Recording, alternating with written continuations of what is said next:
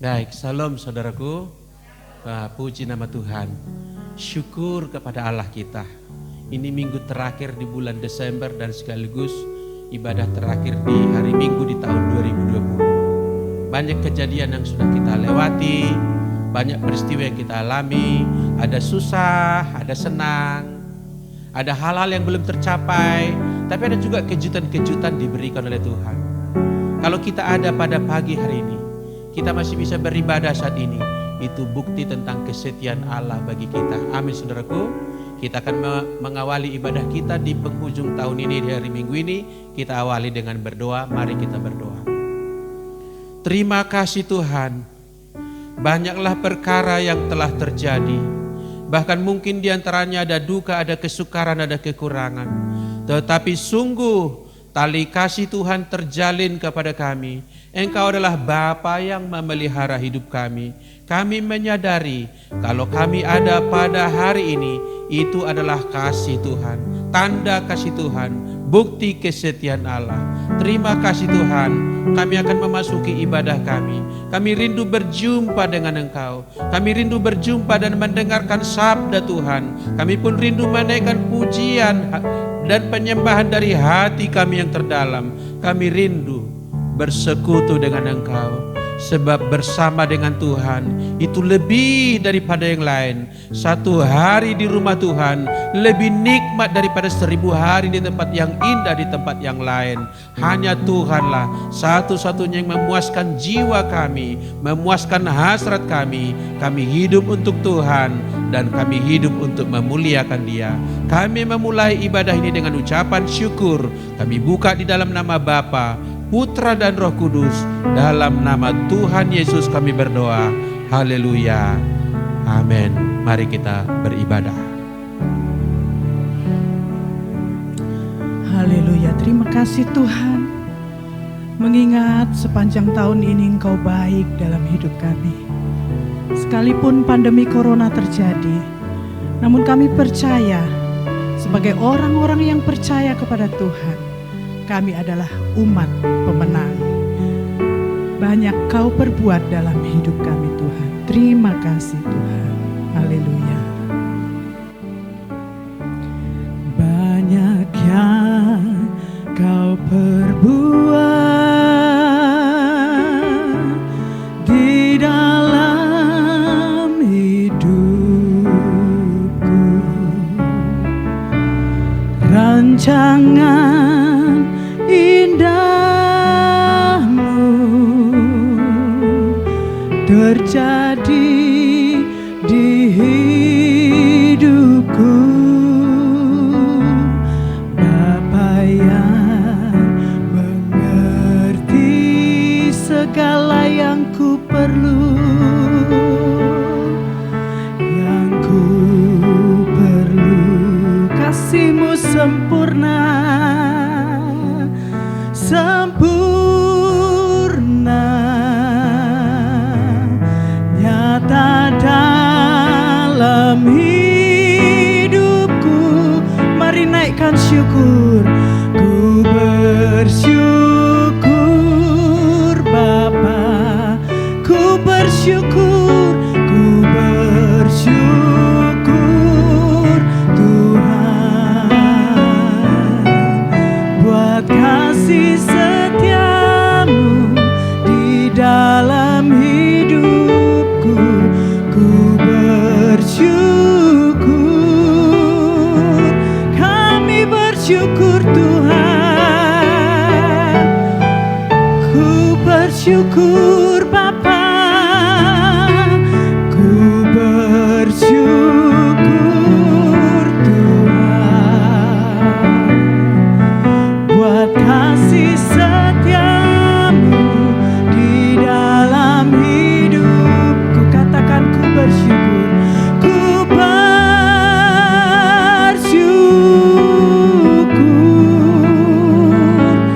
Tuhan. Kami mau merenungkan kebaikan-Mu sepanjang tahun ini Tuhan. Banyak yang Kau perbuat di dalam hidup hidupku, di dalam hidupku. Kami percaya rancangan-Mu indah, rancangan indahmu terjadi di hidupku. Engkau Bapa kami, Bapa yang mengerti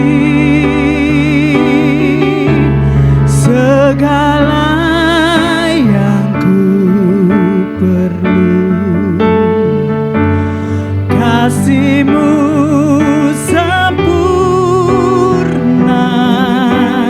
nyata dalam hidupku. Mari angkat tangan dan katakan, kami bersyukur Tuhan.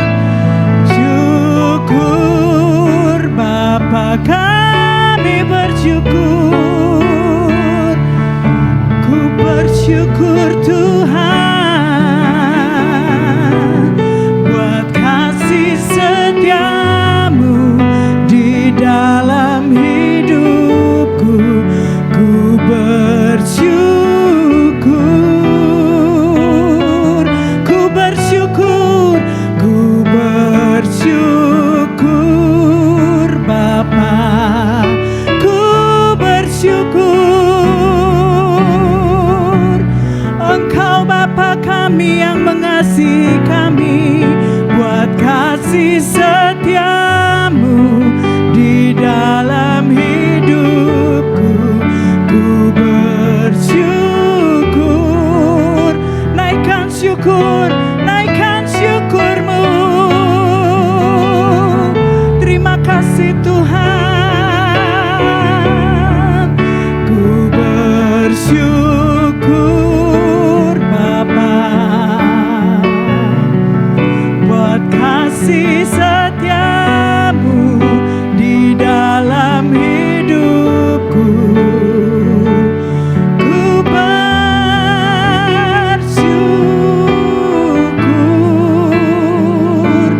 Tuhan. Oh haleluya, haleluya Yesus.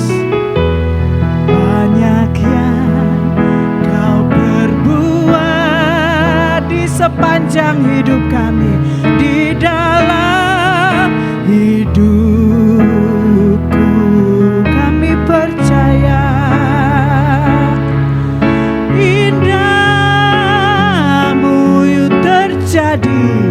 terjadi di hidupku. Bapa yang mengerti segala yang ku perlu.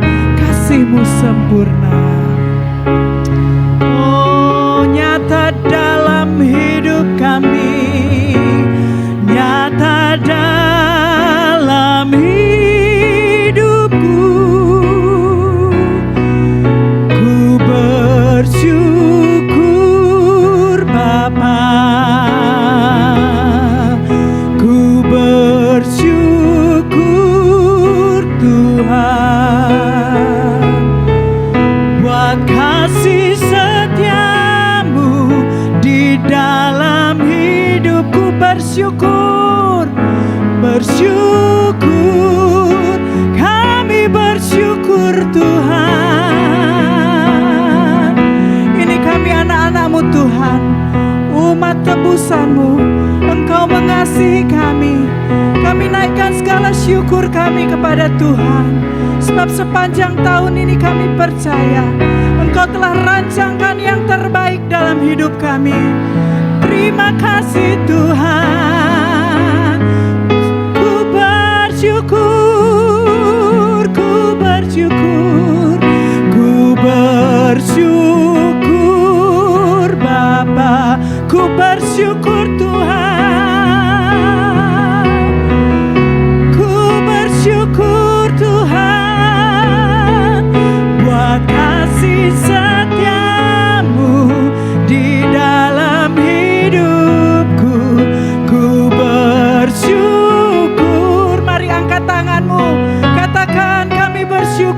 kepadamu Tuhan. Kami bersyukur Tuhan. Kami hidup hanya karena oleh anugerah-Mu Tuhan.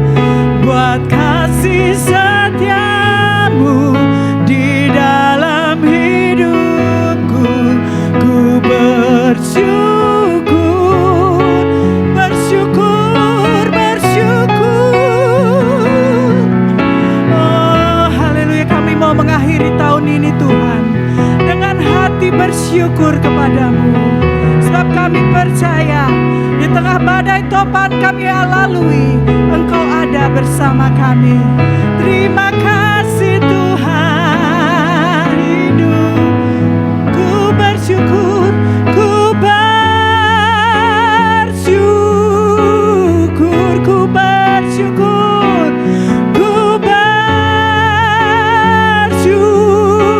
kami bersyukur, ku bersyukur.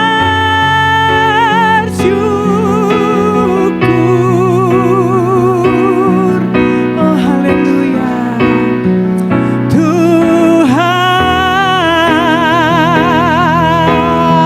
haleluya, haleluya. Kami bersyukur Tuhan. Betapa besar kasih-Mu di sepanjang tahun ini Tuhan.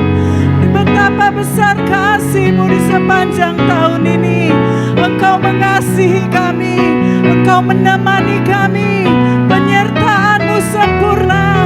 Engkau tidak pernah meninggalkan kami berjalan sendirian. Terima kasih untuk kesembuhan yang Engkau berikan. Terima kasih untuk sukacita baru yang Engkau sediakan bagi kami. Terima kasih untuk kemenangan demi kemenangan yang Engkau berikan kepada kami. Terima kasih Tuhan, Engkau baik, Engkau baik. Kami naikkan syukur kami Tuhan. Haleluya, haleluya. Biar Engkau saja yang ditinggikan di tempat ini Tuhan. Inilah hidup kami Tuhan, hidup yang sudah Engkau beri, hidup yang adalah anugerah-Mu. Kami mau pakai bagi hormat kemuliaan nama-Mu. Haleluya, haleluya, haleluya, haleluya. Kami mau puji Engkau, kami mau puji Engkau, kami mau bersorak-sorai merayakan kemenangan kami. Haleluya, terima kasih Tuhan. Haleluya, Engkau baik. Haleluya, haleluya. Biar nama-Mu dipuji, biar nama-Mu saja yang kami sembah. Haleluya. Terima kasih Tuhan. Terima kasih Tuhan. Terima kasih Tuhan. Tuhanlah perlindunganku, Dialah kekuatanku, penolong, penolong di waktu susah, sangat terbukti. Mari saya undang kita pujikan pujian ini dengan iman. Kita renungkan kebaikan Tuhan. Tuhanlah perlindunganku, Dialah kekuatanku, penolong di waktu susah, sangat terbukti. Terima kasih Tuhan. Kami mengangkat tangan kami dan katakan haleluya, haleluya. Ku mau puji Dia. Haleluya.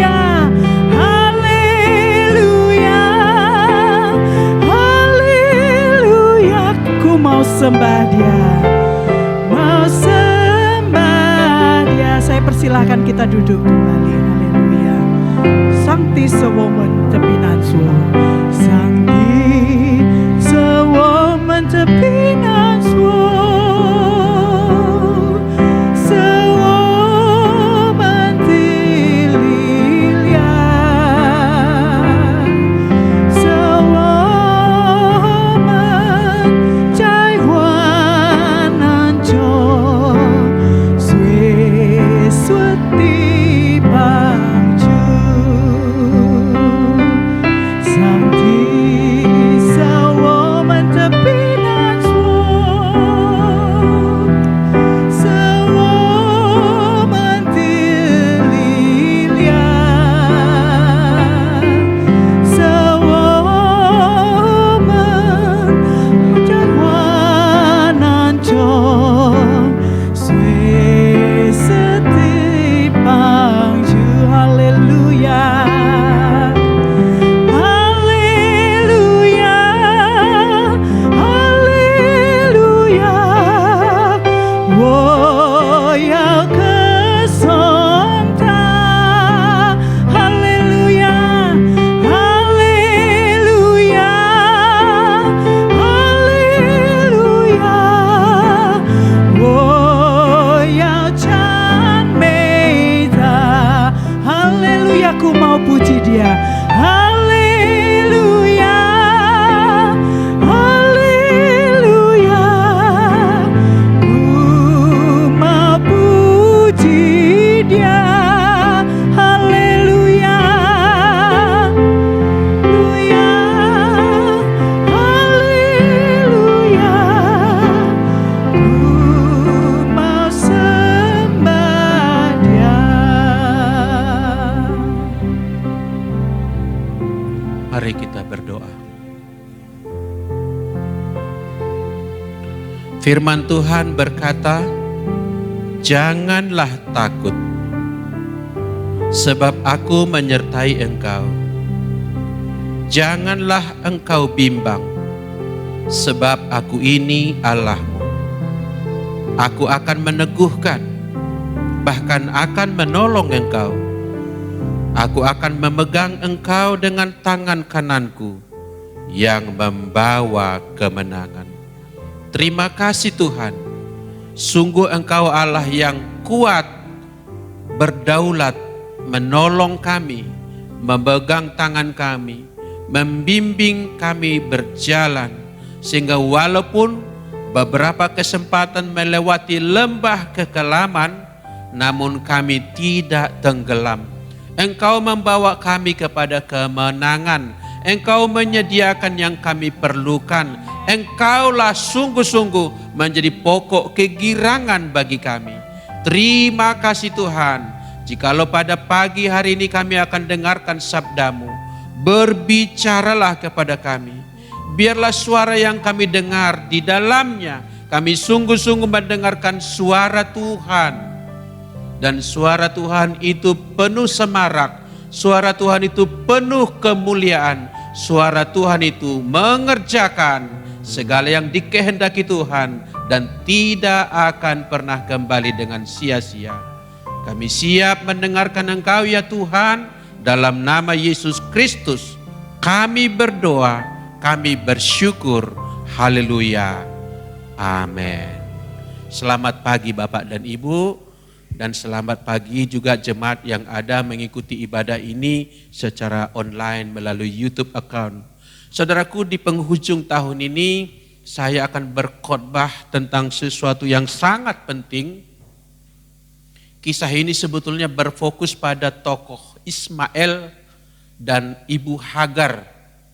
Dua tokoh ini sering kurang digarap oleh orang Kristen, karena selalu langsung diidentikan tokoh itu kan bukan cabang yang menurunkan leluhur Israel. Itu menurunkan bangsa atau kelompok yang lain. Seringkali nada minor, nada miring, kurang digarap, kurang diperhatikan.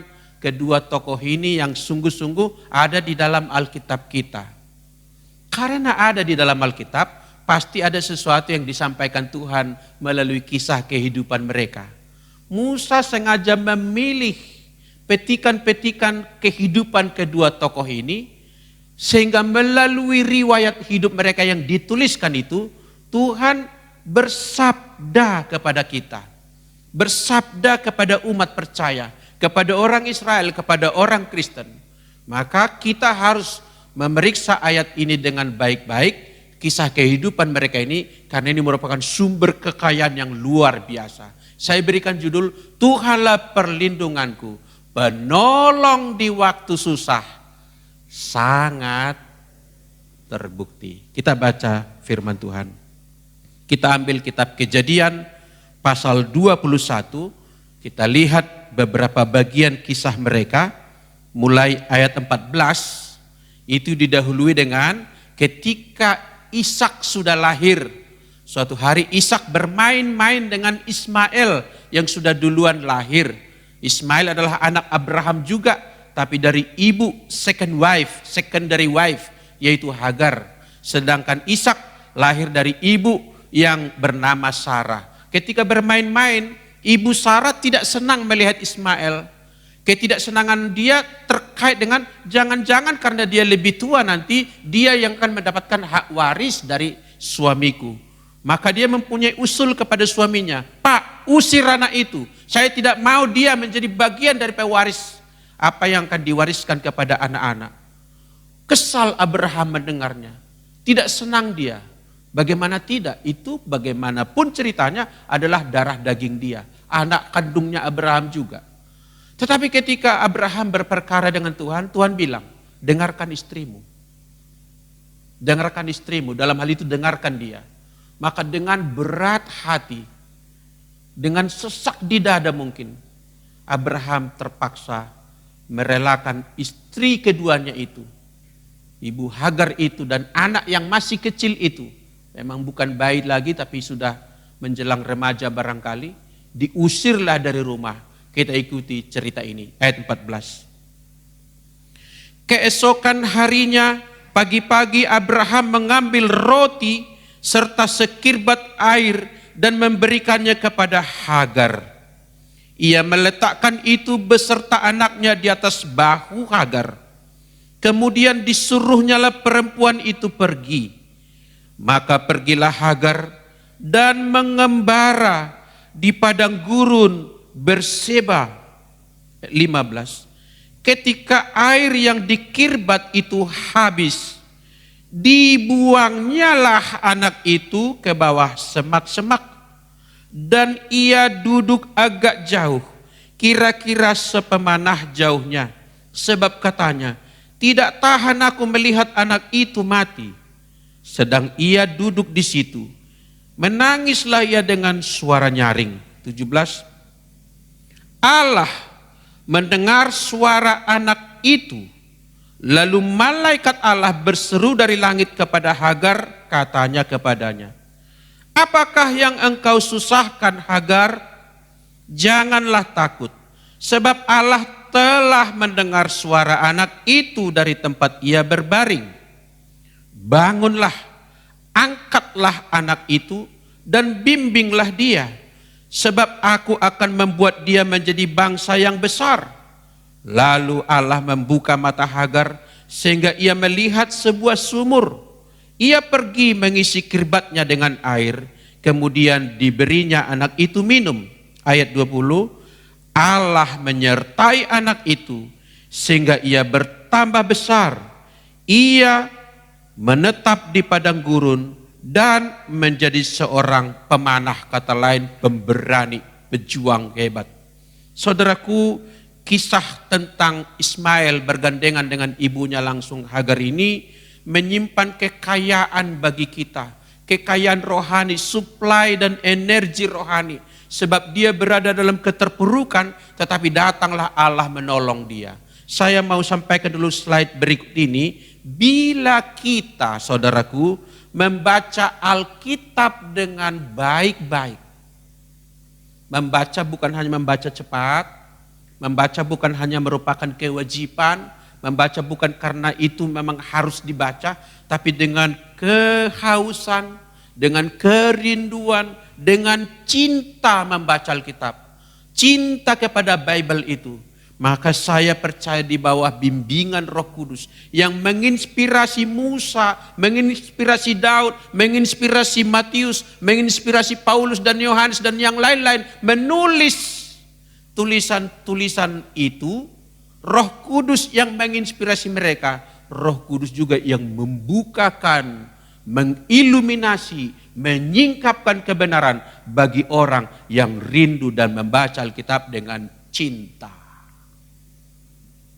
Maka saya percaya kalau kita membaca seksama kisah Hagar maupun Ismail ini akan meluapkan, memancarkan suatu kekayaan rohani yang menolong kita terkhusus dalam keadaan kesusahan-kesusahan yang kita hadapi. Kesedihan-kesedihan yang kita alami. Pandemik yang sedang masih mengganas. Kesukaran ekonomi. Kesukaran-kesukaran yang kita hadapi di dunia sosial, dalam konteks bangsa, negara, sebuah kota dan lain sebagainya. Ini merupakan kebenaran yang menyimpan prinsip-prinsip hidup yang berlaku sampai saat ini. Sebab firman yang tertulis tidak akan pernah ketinggalan zaman. Katakan amin. Saudaraku, kita lihat sekarang ayat demi ayat tentang kekayaan tadi. Kita lihat ulang ayat 15. Kita lihat ayat 15. Di situ dikatakan ketika air yang di Kirbat itu habis, yang dibekali suaminya tadi Abraham, dibuangnyalah anak itu ke bawah semak-semak. Ayat 15 ini saya berikan judul saya, kemelut bikin kalut. Terusir dari rumah, seorang yang biasa dinafkahi karena dia bekerja di rumah itu dan kemudian menjadi istri cadangan, sekarang harus keluar dari rumah dengan bekal serba ada dan habislah yang ada itu, datanglah kemelut. Krisis makanan, krisis minuman, krisis harga diri, krisis keamanan di padang gurun, krisis-krisis yang lain meliputi ibu Hagar beserta anaknya itu. Mereka berada dalam pusaran kemelut dan ibu Hagar dalam kekalutannya membuang anak itu. Kita lihat slide berikut ini, kemelut bikin kalut. Lihat, ibu Hagar kok tega-teganya membuang anaknya. Ini kekalutan ini. Ibu yang sehat rohani, ibu yang sehat spiritual, ibu yang sehat akal atau logika tidak akan melakukan ini. Membuang anaknya. Sedangkan membuang tisu aja kalau masih agak bersih kita mungkin juga belum langsung dibuang ke tong sampah, masih kita akan pakai barangkali. Masker kita kadang-kadang kita cuci, tidak kita buang. Ini anak sendiri dibuang. Saudara, saya mau menelisik lebih jauh apa yang terjadi pada ibu Hagar. Masalah yang sedang menggelapi akal nurani sering membuat orang bertindak, tanda kutip, bertindak gila. Ada kata hiburan, dibilang orang yang gila itu ada waras-warasnya juga itu. Kita bisa berbicara dengan orang gila pada momen-momen tertentu ketika sedang muncul kewarasannya. Konselor memasuki celah itu untuk berbicara kepada orang gila. Tapi juga katanya orang yang waras ada gila-gilanya juga. Kadang-kadang. Ibu Hagar ini bertindak gila. Membuang anaknya. Kenapa? Karena kemelut yang tidak dapat diatasinya. Kemelut yang dia rasa di atas kekuatannya untuk menanggung. Sehingga dia merasa putus asa. Lalu membuang anaknya. Dan seringkali orang yang berada dalam kekalutan bertindak gila tadi bukannya menyelesaikan masalah, malah memperkeruh dan menciptakan masalah baru. Anak itu sekarang tersingkir, masalah bagi dia. Padahal seorang anak membutuhkan dekapan ibunya. Ibu ini juga menambah masalah baru. Pasti ada rasa kasihan sama anak itu, tetapi dia sudah bertindak di luar akal. Saudaraku, penting baik-baik kepada siapa kita berpaut ketika masalah kita sedang menjadi kemelut. Sebab kalau kemelut itu bertumpuk-tumpuk, bertindih-tindih, sampai menggelapi akal budi kita, menggelapi jiwa kita, kita mungkin juga bisa seperti Ibu Hagar bertindak gila. Mungkin bukan membuang anak, tapi berkata gila pun bisa. Matilah aku, misalnya gitu. Itu perkataan gila. Seperti istrinya Ayub. Ayub, masihkah engkau memuji Tuhan? Sudah begini keadaan kita, sudah hancur bisnis kita, sudah meninggal anak kita, rubuh ditelan rumah, ditimpa rumah yang ditimbus angin. Masihkah kau memuji Tuhan? Bapak Ayub bilang, perkataanmu itu perkataan gila. Orang berkata gila karena tidak dapat mencari keseimbangan di tengah kemelut-kemelut yang ada dalam hidupnya. Seperti Ibu Hagar ini. Kita lanjut, bandingkan dengan Ibu Sarah, enggak sendiri. Sebab begini, selalu saya katakan sebuah kebenaran enggak mungkin disaksikan satu orang. Kalau cuma Ibu Hagar yang ada di Alkitab begini, maka ini masalah yang tidak akan relevan bagi orang lain. Tapi coba kita lihat Ibu Sarah. Di kitab Kejadian pasal yang ke-16, Ibu Sarah mempunyai perkataan begini. Berkatalah Sarah kepada Abram suaminya, engkau tahu Tuhan tidak memberi aku melahirkan anak. Perkataan gila. Yang berjanji memberikan keturunan siapa? Allah.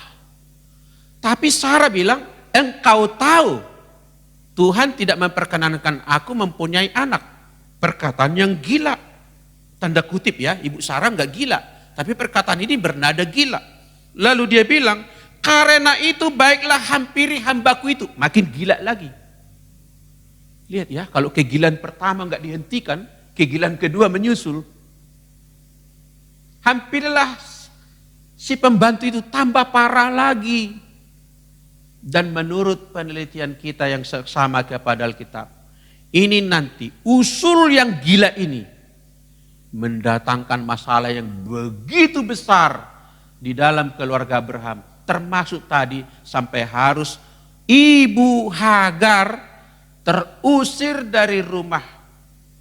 Boleh dibilang Ibu Hagar ini habis manis sepah dibuang. Kenapa habis manis sepah dibuang? Dulu kan yang punya usul supaya dia mengandung, menolong Ibu Sarah yang tidak bisa beranak. Lalu mengusulkan kepada suaminya, tolonglah hampiri hambaku itu. Siapa tahu melalui dia kita punya keturunan. Lalu betul Ibu Hagar itu mengandung. Terjawablah pergumulannya Ibu Sarah yang tidak punya anak ini. Tapi segera sesudah punya anak itu, dia dibuang. Dia diusir. Masalah di keluarga ini karena ada kemelut yang tidak mempunyai saluran yang benar. Bapak Ibu, kalau pipa pun tersumbat, tidak tersalur, maka yang ada meluap di tempat yang tidak semestinya. Kalau pembuluh darah kita pun tersumbat, maka dia bisa pecah, lalu itu terjadi stroke. Pokoknya setiap kemelut, setiap beban harus mempunyai saluran yang benar. Ketika sampai kepada saluran yang salah, misalnya mencari keseimbangan dengan cara lain, misalnya dengan minum mabuk, misalnya dengan bertindak hal yang tidak senonoh, makin banyaklah kesesakan-kesesakan baru. Tadi Abraham pun panik misalnya, memang diizinkan Tuhan. Dengarkan istrimu katanya, tetapi kemudian keputusan mengusir tambah masalah. Apakah dengan mengusir Ibu Sarah mengusir Ibu Hagar selesai masalah di keluarga Abraham? Tidak selesai. Jadi ada Ibu Hagar yang juga kemelut tak dapat diatasinya. Demikian juga sekarang ada Ibu Hagar secondary wife tadi juga memiliki hal yang mirip dengan ibu yang resmi nyonya di rumah itu. Saudaraku yang dikasihi Tuhan, saya lanjutkan. Kemelut dan kekalutan bertalian dengan kenyataan siapa diri kita. Itu berkait langsung dengan hakikat diri kita yang sebenarnya. Kalau sampai kita ditimpa oleh kekalutan, Membiarkan diri kalut itu terkait dengan jati diri kita. Terkait dengan personality kita. Ada hubungannya dengan siapa diri kita. Kalau mau ditanya siapa dia itu, ya dia yang panik, dia yang mudah putus asa, itu udah dirinya sendiri. Melekat dengan dirinya sendiri. Sekarang kita lihat siapakah Ibu Hagar ini. Saudaraku, Hagar sebetulnya adalah perempuan Mesir, budak. Jadi dia budak. Saya tidak sedang membuat diskriminasi atau leveling di dalam pekerjaan-pekerjaan di dunia ini. Tetapi paling tidak kalau digambarkan di masa lalu budak itu rendah nilainya atau mungkin tidak ada nilainya, tidak mempunyai harga diri. Dan seringkali adab mereka, etika mereka rendah. Nah, Ibu Hagar adalah seorang budak yang entah bagaimana tiba-tiba mendadak sontak naik derajat menjadi istri atas usul daripada Nyonya Sarah tadi. Mendadak naik pangkat. Sesuatu yang mendadak gak bagus, saudaraku. Mendadak cantik pun itu tidak bagus. Kemarin masih jelek, hari ini udah cantik, itu gak bagus itu. Mendadak kaya pun gak bagus memang. Kita gak siap dengan kekayaan itu. Tuhan membutuhkan kita ada proses sebetulnya. Nah, Ibu Hagar ini mendadak tiba-tiba naik pangkat dia. Dan ketika dia sudah mengandung, dalam keadaan naik pangkat dia tanda kutip, dia ngelunjak melihat nyonya di rumah itu dengan sebelah mata. Remeh. Jadi boleh dibilang, kalau dikaitkan antara kejadian ketika dia hamil lalu memandang hina Ibu Sarah, dan sekarang ketika dia terusir lalu merasa putus asa, maka boleh saya katakan Ibu Hagar adalah seorang yang punya kepribadian impulsif. Cepat naik, cepat turun. Cepat up, cepat down. Itu Ibu Hagar. Cepat merasa hebat, cepat merasa tidak berarti. Cepat merasa seperti lebih tinggi daripada nyonyanya. Sekarang juga menjadi tidak ada nilainya sampai anaknya pun dia buang sendiri. Kemelut itu bisa begitu rupa menipu jati diri kita. Merusak karakter kita. Merusak diri kita. Dan memang masalah itu dirancang dari kuasa kegelapan adalah untuk merusak. Menghancurkan. Membinasakan.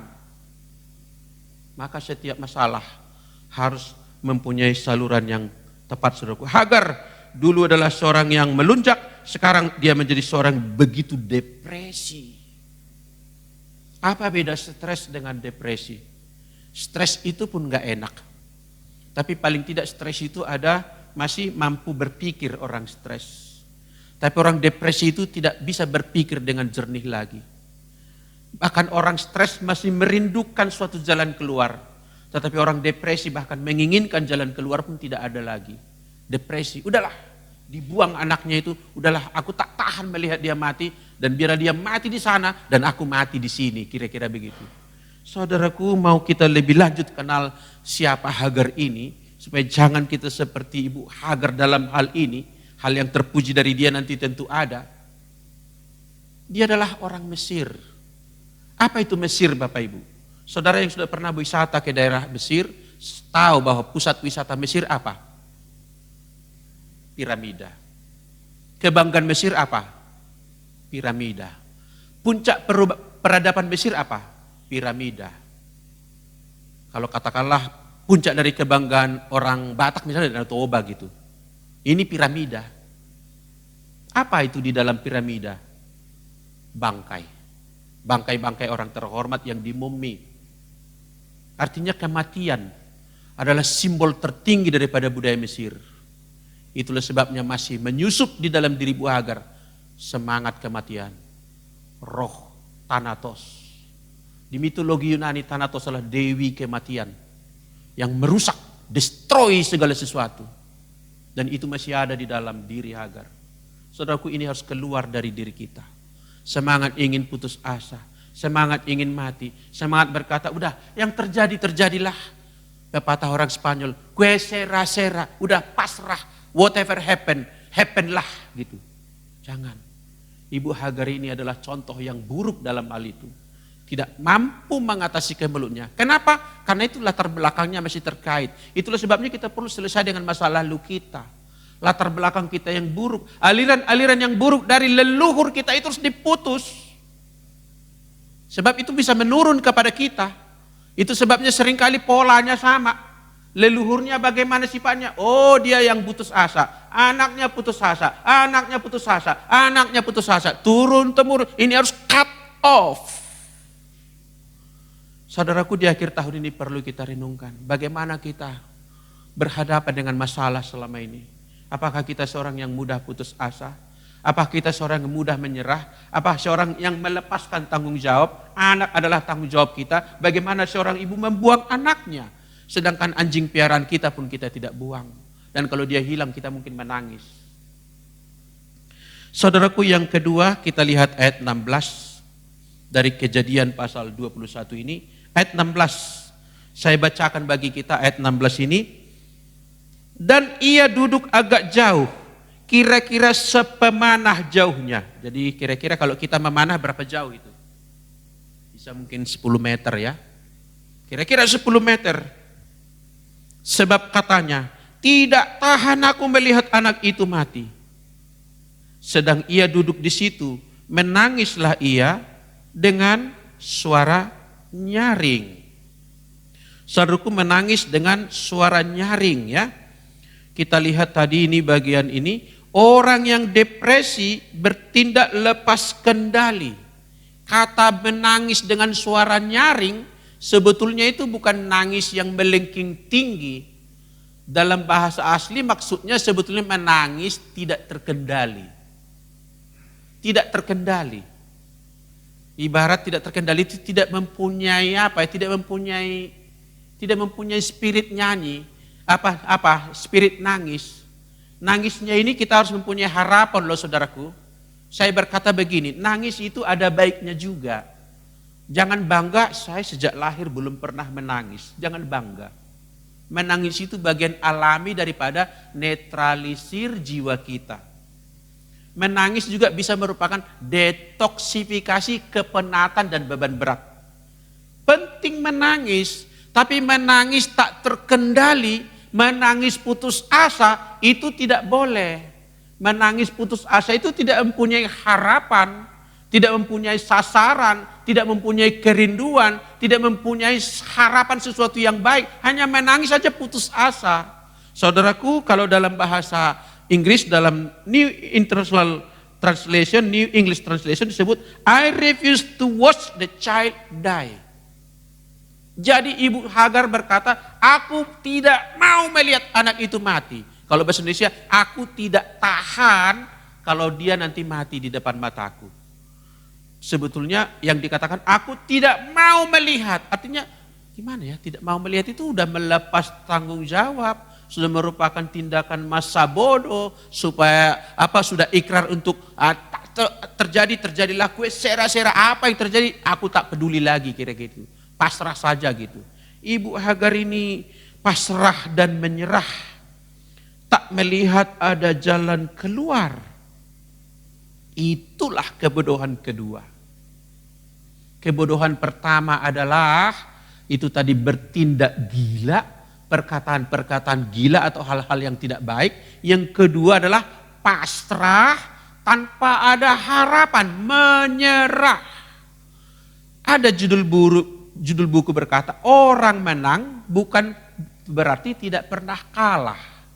Tapi pemenang tidak pernah menyerah. Dia bilang di dalam buku yang pernah saya baca, orang yang menang itu bukannya tidak pernah kalah. Tetapi orang yang menang itu, pemenang itu tidak pernah menyerah. Sebetulnya menyerah adalah berkata, game over, saya tidak mau lagi mengharapkan apa-apa. Ibu Hagar ini sudah, aku tak mau melihat dia mati. I refuse to see him die gitu. Saudaraku, luar biasa kepasrahan dia ini. Sudah putus asa luar biasa. Sudah putus asa yang sangat akut ini. Terjadi pada ibu Hagar ini saudaraku. Sehingga sampai dia minus kasih kepada orang lain. Termasuk anaknya. Jadi lihat nanti dirusak begitu rupa. Dia tidak kasih lagi kepada anaknya. Masalah itu lihat ya. Bisa dia bagaikan bunglon berada di dalam pusaran kehidupan kita. Daya rusaknya kadang-kadang tidak terduga. Sekarang sampai-sampai ibu ini tidak lagi ada kasih kepada anaknya. Kenapa tidak ada kasih kepada Ismail? Karena dia pun tidak ada kasih kepada dirinya lagi. Udah masa bodoh, udah hands up. Firman Tuhan Yesus berkata, kasihilah sesamamu seperti kamu mengasihi dirimu sendiri. Jadi boleh dikatakan orang tidak mengasihi sesama adalah orang yang tidak mengasihi diri sendiri. Jadi kalau Ibu Hagar tidak mengasihi anaknya Ismail, itu artinya, itu kebenarannya Ibu Hagar itu sendiri pun tidak menaruh kasih lagi kepada dirinya. Kalau dia tidak merasa ada harapan bagi anaknya itu, dia pun sedang berkata, aku pun tidak ada harapan lagi. Dan ini penyakit yang paling mematikan. Seberat apapun masalah kita, kalau masih ada harapan, masih mungkin terjadi perubahan. Tapi kalau di dalam diri kita pun tidak mau lagi menuliskan harapan, mendoakan harapan kita, menseringkan harapan kita, maka itu sudah merupakan suatu keparahan yang luar biasa dalam. Saudara yang dikasihi oleh Tuhan, saya mau berkata bahwa masalah tidak boleh membuat kita pasrah, masalah tidak boleh membuat kita menyerah, masalah jangan sampai membuat kita parkir di situ dan kita akan mati di situ. Saudaraku, kita harus lebih tua umur kita daripada masalah. Jangan umur kita lebih muda dari masalah. Apa artinya? Kita dikalahkan oleh masalah itu. Saya mau berkata, masalah itu punya umur. Amin. Sama-sama katakan masalah punya umur. Jadi jangan kalah umur dengan masalah. Biar kita melihat dia selesai dan kita tetap survive. Amin. Kita lebih tua, berlanjut umur kita. Jangan kita udah koit. Masalah masih kita wariskan kepada keturunan kita gitu ya. Jadi kita harus bertahan, mempunyai resistensi, mempunyai daya berjuang, semangat. Firman Tuhan berkata orang semangat dapat menanggung penderitaannya, orang semangat akan masih berjalan, orang semangat masih akan bangkit, orang bersemangat masih akan melompat, orang bersemangat paling tidak mengangkat tangannya, help me. Tapi orang putus asa sekedar untuk mengangkat tangan help me pun tidak ada, biarlah tenggelamlah gitu. Saudaraku yang dikasihi oleh Tuhan, kita masuk pada bagian good news-nya. Tadi bad news daripada Ibu Hagar. Sekarang kita lihat sisi berikutnya, ayat yang ke-17. Kita lihat ayat 17, saya bacakan. Allah atau Elohim mendengar suara anak itu. Perhatikan baik-baik. Mendengar suara anak itu. Lalu malaikat Allah, itu berarti Allah dalam rupa malaikat, sebab huruf besar ya, malaikat Allah, berseru dari langit kepada Hagar, katanya kepadanya, apakah yang engkau susahkan Hagar? Janganlah takut, sebab Allah telah mendengar suara anak itu dari tempat ia terbaring. Saya mau bertanya, suara siapa yang didengarkan oleh Allah? Suara anak itu. Ibu itu tidak bersuara lagi, tidak berdoa lagi, tidak memohonkan apapun lagi. Ismail, katanya tadi disertai Tuhan dan jadi pemanah. Pemanah artinya orang yang pemenang. Memang sejak kecil Ismail itu mewarisi karakter ayahnya, kuat.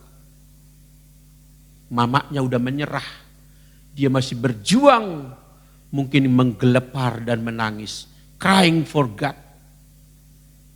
Dia menaikkan doanya dalam bentuk tangisan.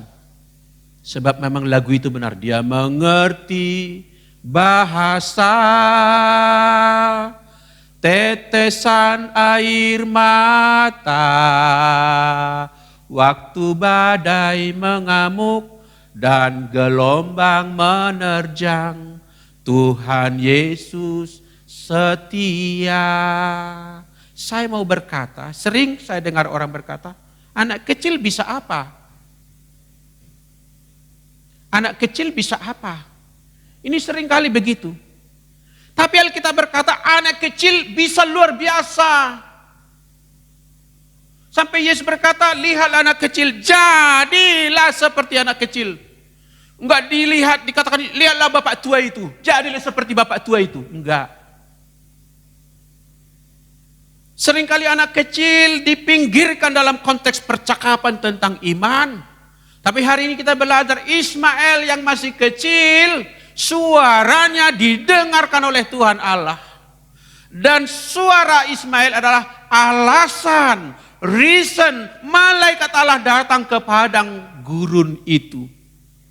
Panggilan Ismail menghadirkan Allah. Calling daripada Ismail didengarkan oleh Allah. Jangan katakan anak kecil tidak bisa apa-apa. 2 minggu lalu kami bercakap pendek di sini sama Bu Gem, Ibu Suwarni dan Pak Andreas. Mana anak Pak? Anak Pak Andi katanya. Karena minggu sebelumnya datang. Puji Tuhan di sini mereka ada 4 anak. Jangan katakan bisa apa anak-anak. Di tangan mereka ada hal yang besar, katakan amin. Saya sekaligus mengedukasi soal perjamuan kudus. Enggak apa-apa momen ini di publik. Pendapat mengatakan anak kecil tidak boleh ikut perjamuan kudus, kemungkinan besar senada dengan berkata anak kecil bisa apa? Anak kecil emangnya bisa beriman? Bisa beriman. Saya secara personal melayani anak kecil dalam perjamuan kudus. Secara doktrinal, oke, saya hargai doktrin yang ada di gereja kita ini. Siapa bilang anak kecil tidak bisa percaya? Bukankah antara Ibu Elizabeth dan anaknya di dalam rahim yang kelak diberi nama Yohanes, ketika Ibu Maria datang ke rumah mereka dan bersapa, Salam alehem, maka duluan tahu bahwa Ibu Maria mengandung juru selamat siapa? Ibu Elizabeth atau anak yang masih usia 6 bulan itu? Anak usia 6 bulan itu melonjak kegirangan. Dia belum kata salam, dia belum tahu. Tapi menyambut sang juru selamat yang ada dalam kandungan, dia melonjak kegirangan. Kemudian Ibu Elizabeth kepenuhan roh dan berkata, siapakah aku ini sampai Ibu Tuhanku datang mengunjungi aku? Dari mana dia tahu? Sebab anak dalam kandunganku melonjak kegirangan ketika salammu itu sampai di telingaku. Berarti duluan peka adalah Yohanes ketimbang mamanya. Dan sekarang Ismail yang crying for God dan bukan mamanya. Anak kecil itu luar biasa. Tidak ada syarat untuk percaya orang dewasa. Siapapun bisa percaya. Yeremia, aku telah menguduskan engkau sebelum engkau lahir dari kandungan mamamu.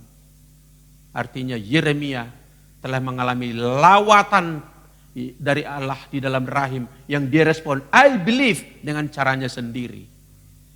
Demikianlah hari ini kita kenalan dengan Ismail.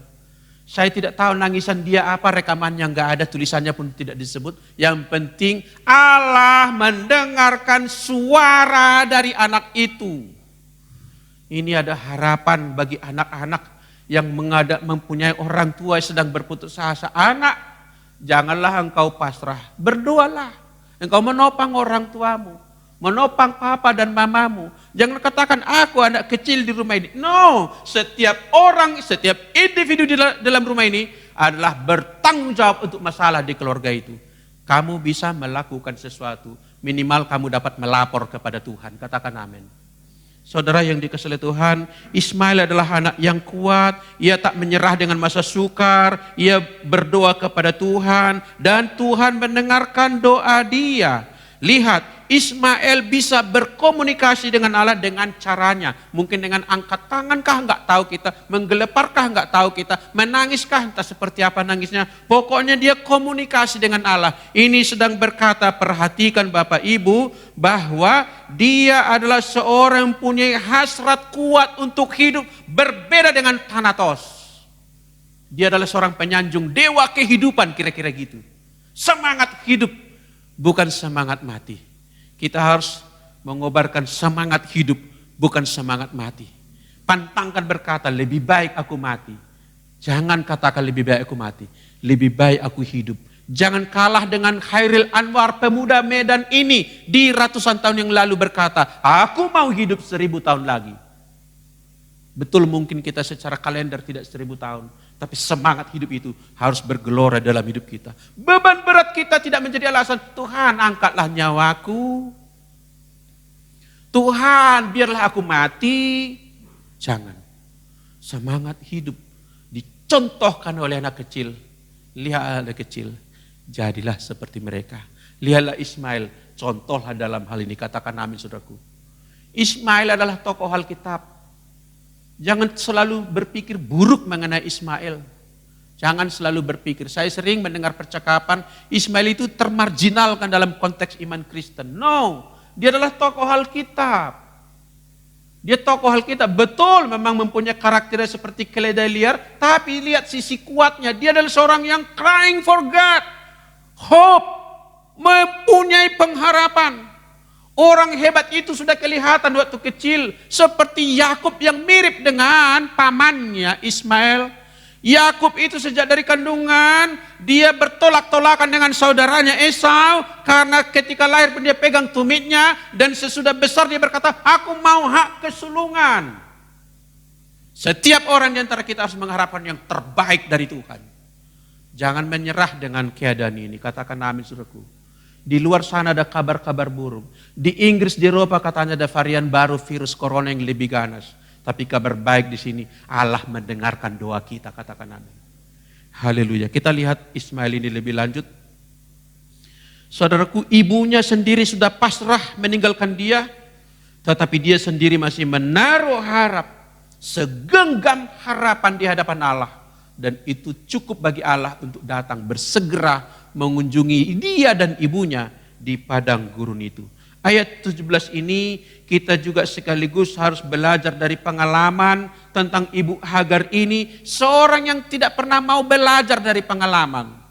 Begini Bapak Ibu, kita lihat dulu Kejadian pasal 16 supaya lengkap cerita ini. Agar kita hati-hati sekali jangan menyusup roh yang sama putus asa itu dan tidak mau belajar dari pengalaman hidup. Kejadian 16, saudaraku, sebetulnya siapakah si ibu Hagar ini? Dia sudah pernah berjumpa dengan Allah. Ayat 7. Saya bacakan bagi kita. Kejadian 16 ayat 7. Lalu malaikat Tuhan menjumpainya, yaitu Hagar, dekat suatu mata air di padang gurun, yaitu dekat mata air jalan ke Sur. Katanya, Hagar, hamba Sarai, dari manakah datangmu dan kemanakah pergimu? Disapa oleh malaikat Tuhan. Jawabnya, aku lari meninggalkan Sarai nyonyaku. Kejadian sebelumnya, bukan tadi kejadian yang diusir membawa anaknya waktu dia hamil ini.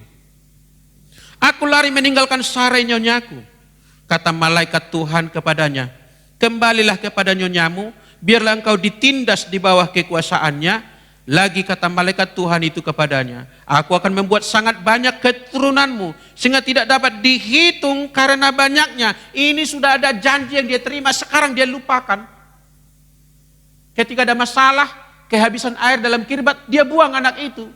Dia lupa janji Tuhan, aku akan menjadikan bangsa besar melalui keturunanmu. Kita lanjut 11. Selanjutnya kata malaikat Tuhan itu kepadanya, engkau mengandung dan akan melahirkan seorang anak laki-laki dan akan menamai dia Ismail. Sebab Tuhan telah mendengar tentang penindasan atasmu.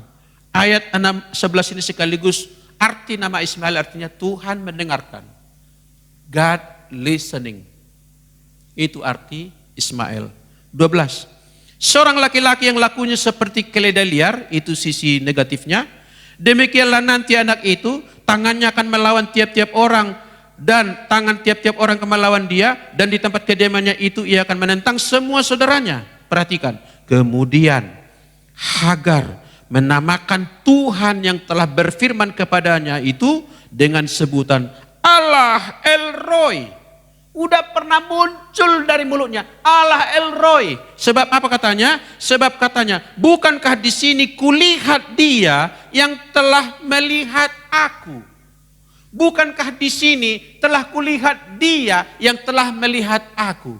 Sekarang ketika dia diusir oleh Abraham atas usul Sarah, Sudah habis air dalam kirbat, dia lemparkan anaknya itu semak-semak dan dia berputus asa. Lupa semua proses sebelumnya dengan Tuhan. Sudah pernah berjumpa, bercakap-cakap, menerima janji, mendapatkan peneguhan. Bahkan mulutnya sendiri memberikan julukan kepada Tuhan, Allah El Roi. Di manakah pengalaman masa lalu itu? Apakah pengalaman masa lalu dilupakan? Memang seringkali orang berkata, jangan pandang masa lalu. Tapi saya juga berkata, ingatlah masa lalu. Betul, jangan ke belakang terus kita memandang. Tetapi di situ ada jejak-jejak Allah. Ada perkataan-perkataan Allah. Ada memori-memori yang dibuat Allah kepada kita. Masa kecilku kuingat dan itu di masa sukar aku kuat karenanya. Jangan lupakan pengalaman. Di masa lalu, kita mempunyai diari untuk menulis pengalaman. Saya ingat itu, punya diari menulis pengalaman. Masa sekarang sudah tidak menjual diari lagi di toko. Setidaknya aktifkanlah di memorimu. Remind. Bahasa Arab, zikir, ingat. Ingat. Memorize. Ingatlah Tuhan telah berkarya di masa yang lalu. Kenapa sekarang kita di ujung ini berkata, tidak ada harapan? Enggak, udah punya pengalaman. Udah punya contoh. Jangan seperti Ibu Hagar, tidak belajar sesuatu dari yang lalu. Yang buruk ya boleh kita lupakan, kalau boleh dikubur. Tapi hal-hal yang baik harus dibawa lestari. Dijadikan nyanyian mungkin, dijadikan puisi mungkin. Disaksikan kepada orang lain. Diceritakan kepada orang lain. Dan juga kadang-kadang diceritakan kepada diri sendiri. Dengan berkata, ingatkah engkau ketika dulu Tuhan menggandeng tanganmu? Ingatkan diri sendiri, self-reminder. Jangan seperti Ibu Hagar ini. Aku tak mau melihat dia mati. I refuse to watch him die. Anaknya sendiri. Akibat kemulut yang tidak dapat diatasi. Ketika masalah menggunung, lihatlah Allah lebih tinggi dari gunung. Ketika masalahmu besar, lihatlah jauh lebih besar. Ingat akan Tuhan. Ingat akan janji Tuhan. Ingat akan perkataan Tuhan. Ingat akan pengalamanmu dengan Tuhan.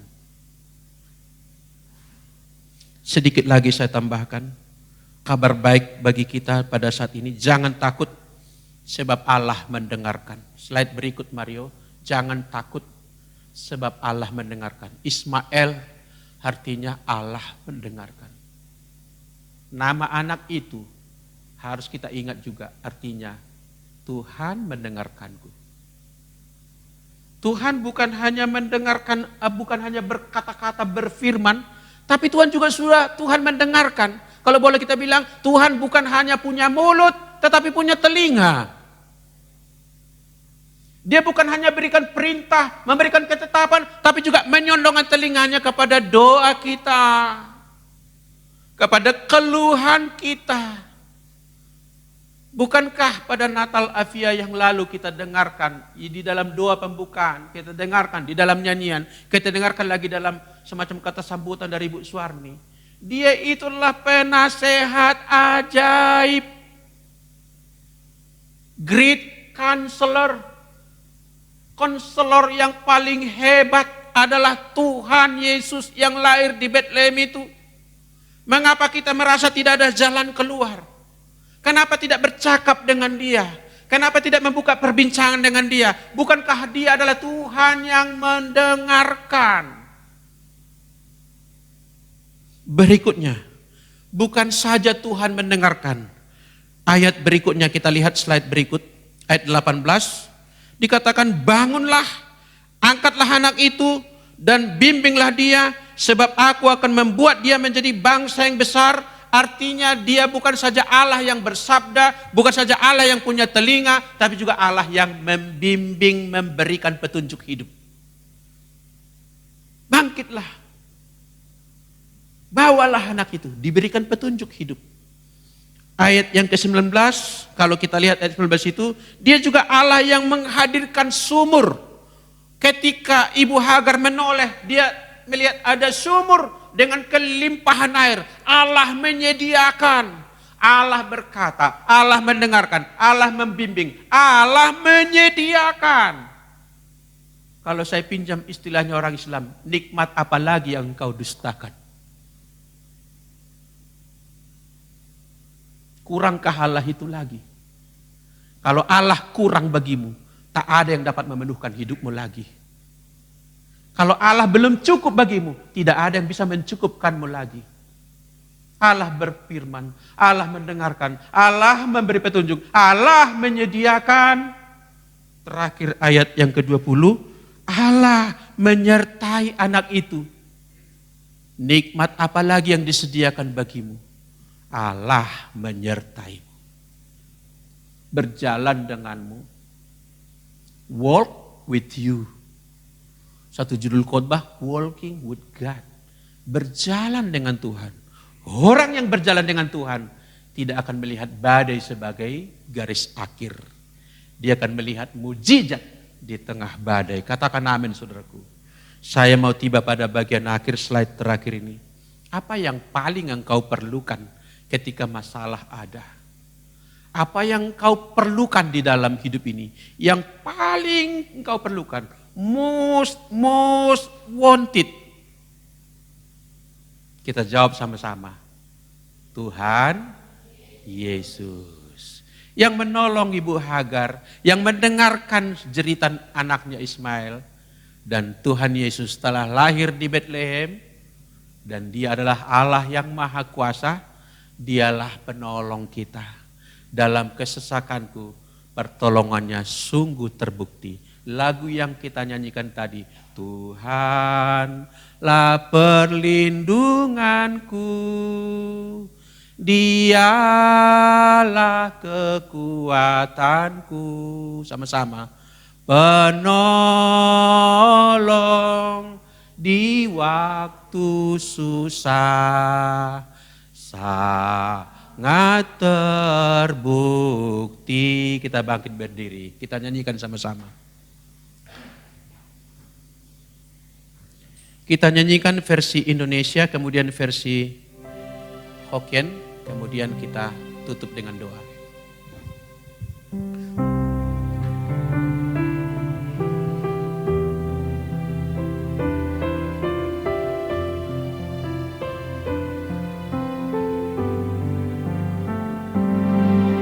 Tuhanlah perlindunganku,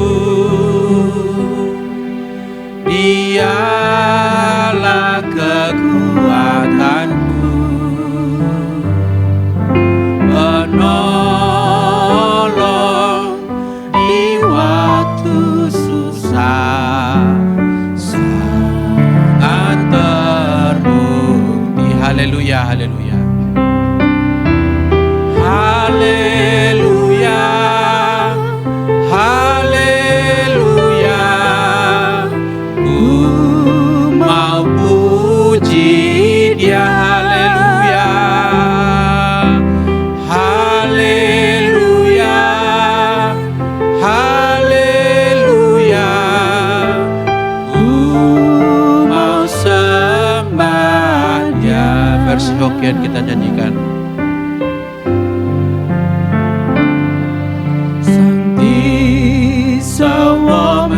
Pinang semua menting lilian, semua menanjung setipang ju. Haleluya, haleluya.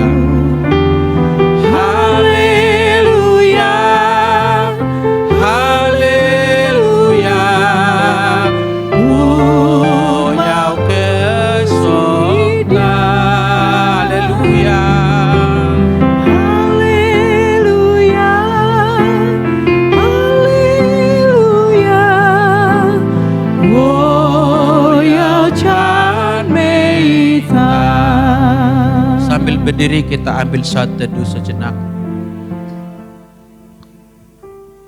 Ismael artinya Tuhan mendengarkan. Tuhan kita bukan hanya Tuhan yang berbicara, bersabda, bukan hanya memberikan perintah, tapi Dia adalah Tuhan yang mendengarkan kita, mendengarkan suara kita, mendengarkan doa dan permohonan kita.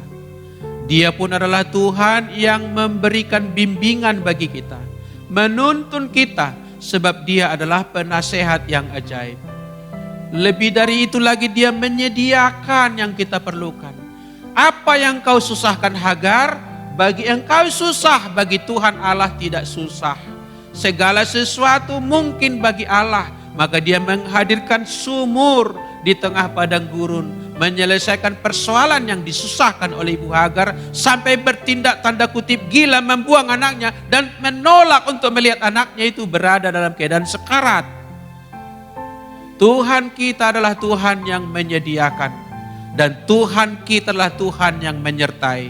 Sebagaimana Dia telah memberikan jalan keluar kepada Ibu Hagar dan anaknya Ismail, Tuhan yang sama bersabda bagi kita melalui kisah kedua orang ini. Tuhan yang bersabda itu bersabda bagi kita, Dialah Tuhan yang memberikan pertolongan, sungguh sangat terbukti bagi kita. Sehingga kita akan mengakhiri tahun ini dengan sebuah pernyataan, Tuhan, Engkau cukup bagiku. Yang paling kita perlukan dalam kehidupan adalah Tuhan. Lebih daripada apapun yang kita harapkan, harapkanlah Tuhan.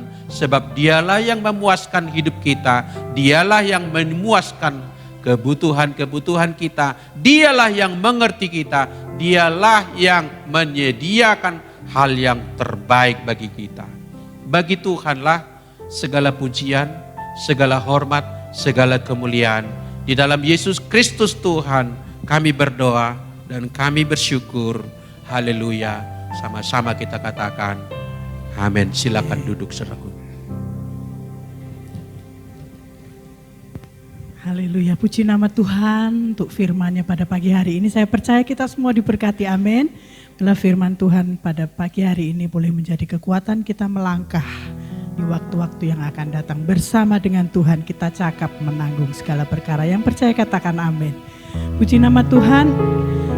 Sebagai ucapan syukur kita atas kebaikan Tuhan yang begitu besar dalam hidup kita pada siang hari ini, saya rindu mengajak Bapak Ibu Saudara yang dikasihi Tuhan untuk memberikan persembahan kita yang terbaik bagi Tuhan.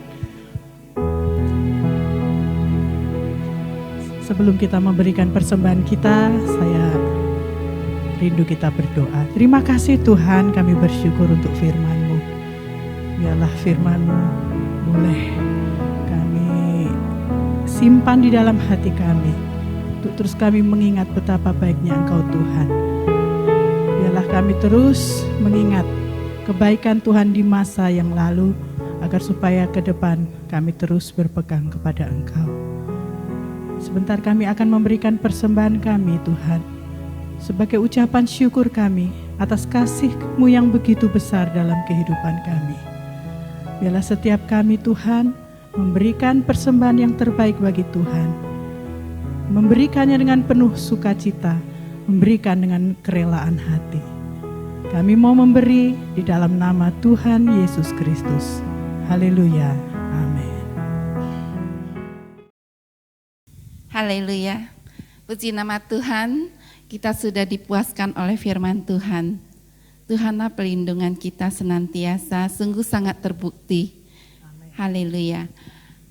Tanggal 30 kita akan doa bersama di rumah masing-masing, dan kita akan mendapatkan firman dari Bapak Baktiar. Kita terus berdoa di ujung tahun 2020 ini, kita terus diberkati oleh Tuhan. Amen. Tanggal 3 Januari 2021 kita akan kumpul kembali di tempat ini dengan waktu yang sama jam 8 pagi. Kita akan mengadakan perjamuan kudus di mana kita akan mengawali tahun 2021. Demikian kita juga dilayani oleh Bapak Baktiar. Haleluya. Demikian itu yang bisa kita sampaikan kepada seluruh jemaat maupun yang di rumah. Mari kita satukan hati kita datang kepada Tuhan. Kita mengucap syukur. Alangkah indahnya Engkau Tuhan. Alangkah baiknya Engkau Tuhan. Dari bulan Januari sampai Desember, penyertaan Tuhan sungguhlah ada. Immanuel Tuhan terus menyertai kami. Tuhan, kami tidak akan mengeluh. Bahkan mulut kami selalu mengucap syukur. Dengan apakah Tuhan kami harus membalaskan semua kebaikan Tuhan. Pertolongan-pertolongan Tuhan, semuanya indah pada waktunya. Ketika kami Tuhan merasa tidak ada jalan, pada saat kami datang kepada Tuhan, Tuhan mensingkapkan satu persatu. Tuhan membukakan jalan. Bagi kami sepertinya sudah tidak mungkin, namun Engkau selalu punya 1000 jalan. Terima kasih Tuhan. Kami sungguh bersyukur untuk kami boleh senantiasa setia dan taat kepada Tuhan. Apapun yang terjadi dalam setiap kehidupan kami terus berkata Tuhan itu baik. Sungguh semuanya juga sangat baik. Terima kasih Bapa. Terima kasih Bapa. Terima kasih. Tiada yang seperti Engkau Tuhan. Tiada yang seperti Engkau Yesus. Hanya Engkau satu-satunya jalan. Kami melihat Tuhan, di tahun 2021 ini Tuhan, ada mata rohani kami yang melihat masa depan sungguh ada di tahun 2021 ini Tuhan. Kami sungguh percaya kepada Tuhan. Kami masih punya masa depan bersama Tuhan. Terima kasih Tuhan untuk rawatan Tuhan di setiap kehidupan kami. Bila itu kami terus ada bersama Tuhan. Dan setiap waktu kami terus bergaul karib dengan Tuhan. Pimpinlah dan tuntunlah kami selalu Tuhan. Baik pola pikir kami, perkataan kami, bahkan hati kami. Dan setiap langkah-langkah kehidupan kami. Biarlah kami terus membawakan dampak kepada semua orang. Terima kasih ya Bapa Surgawi. Haleluya, haleluya, haleluya. Bapa, kami serahkan bangsa kami kepada Tuhan. Sebentar lagi Tuhan, vaksin massal akan terjadi. Tuhan tolong kami semuanya. Siapapun kami Tuhan. Biarlah lewat vaksin ini kami memiliki kekebalan tubuh yang lebih lagi Tuhan. Imun yang lebih sehat lagi Tuhan mengatasi semuanya. Terima kasih Bapa, sertai bangsa kami dan negara kami. Bahkan Tuhan kami sangat bersyukur Tuhan sudah menyertai 1 tahun ini gereja kami. Afia Setiabudi, Afia dimanapun itu berada. Semuanya ada di dalam tangan Tuhan, ada di dalam penyertaan Tuhan yang begitu sempurna. Kami bersyukur sepanjang tahun ini sudah banyak hamba-hamba Tuhan yang dilantik oleh Tuhan. Terima kasih Tuhan, pakai mereka lebih heran lagi dan lebih heran lagi. Tuhan, kami berdoa untuk bangsa dan negara kami dan semuanya Tuhan pimpin, tolong Tuhan sertai semuanya. Bapak Jokowi beserta seluruh kru-krunya, kabinet yang baru yang sudah dilantik semuanya bekerja dengan sungguh-sungguh dan takut akan Tuhan. Bapak, Engkau juga berkati bangsa, juga berkati Tuhan kota Medan khususnya. Tuhan, Kau mengasihi kota Medan, Engkau memberikan kota Medan aman dan nyaman. Tuhan menyertai semuanya. Terpujilah nama Tuhan Yesus Kristus. Kami sudah berdoa dan mengucap syukur. Haleluya. Amin.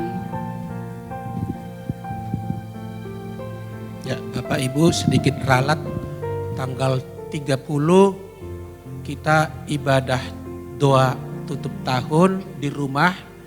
Nanti bergabung dengan channel dari via CBD Polonia tanggal 30.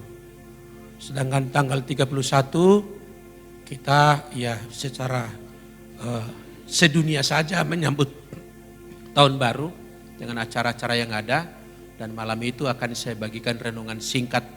Lalu tanggal 1-nya kita akan mendapatkan renungan, juga linknya nanti akan dibagi terpusat dari via CBD Polonia. Jadi tetap beribadah cuman secara online. Demikian ralat tentang warta jemaat kita hari ini. Kita bangkit berdiri, kita akan mengakhiri kebaktian kita di pagi hari ini. Masing-masing lambaikan tangan, katakan Tuhan Yesus baik ya. Ya, masih tetap berkata I wish you a Merry Christmas and a Happy New Year. Amin. Ya, hari depan tahun 2021 lebih baik daripada tahun 2020. Keluarga kita ditolong oleh Tuhan. Kita jumpa lagi dengan pengalaman yang lebih luar biasa bersama dengan Tuhan kita. Mari kita berdoa. Haleluya. Terima kasih Tuhan. Kami telah menaikkan setiap pujian dan penyembahan kami. Biarlah itu bagaikan dupa yang harum menyukakan hati-Mu ya Tuhan. Daripadamu-lah juga kami beroleh berkat-berkat. Apa yang sudah kami bagikan dalam persembahan adalah sebagian daripada berkat-Mu itu. Kuduskanlah itu sebagai ukupan yang wangi juga, suatu persembahan yang kudus. Tuhan pakai bagi hormat kemuliaan-Mu, bagi pekerjaan Tuhan di dalam gereja ini. Terima kasih Tuhan. Terima kasih Tuhan. Akhirnya saudaraku yang dikasihi Tuhan, kita akan pulang dengan membawa berkat Tuhan serta kita. Pada saatnya nanti pulanglah dan membawa berkat Tuhan. Angkatlah tanganmu dan tadakalah di hadapan Allah kita. Dan bukalah hatimu, bukalah imanmu dan terimalah berkat Tuhan turun atasmu. Tuhan berkenan atas hidupmu, mengangkat engkau naik dan bukan turun. Menjadikan engkau kepala dan bukan ekor. Apa yang kau kerjakan, kerjakan dengan melibatkan Tuhan. Tuhan membuatmu menjadi berhasil. Kemanapun engkau bepergian, di mana saja engkau berada, percaya sungguh diutusnya malaikat menjaga dan mengawalmu. Engkau tidak mengalami celaka dan tidak mengalami mara bahaya. Pulanglah dengan membawa sertamu damai sejahtera dari Allah kita Bapa pencipta langit dan bumi, dan anugerah berkelimpahan di dalam anaknya Yesus Kristus Tuhan kita, serta penyertaan daripada Roh Kudus sertamu mulai saat ini sampai esok, bahkan sampai selama-lamanya, dalam nama Bapa dan Putra dan Roh Kudus. Haleluya. Amin. Tuhan memberkati kita. Selamat jelang akhir tahun. Shalom.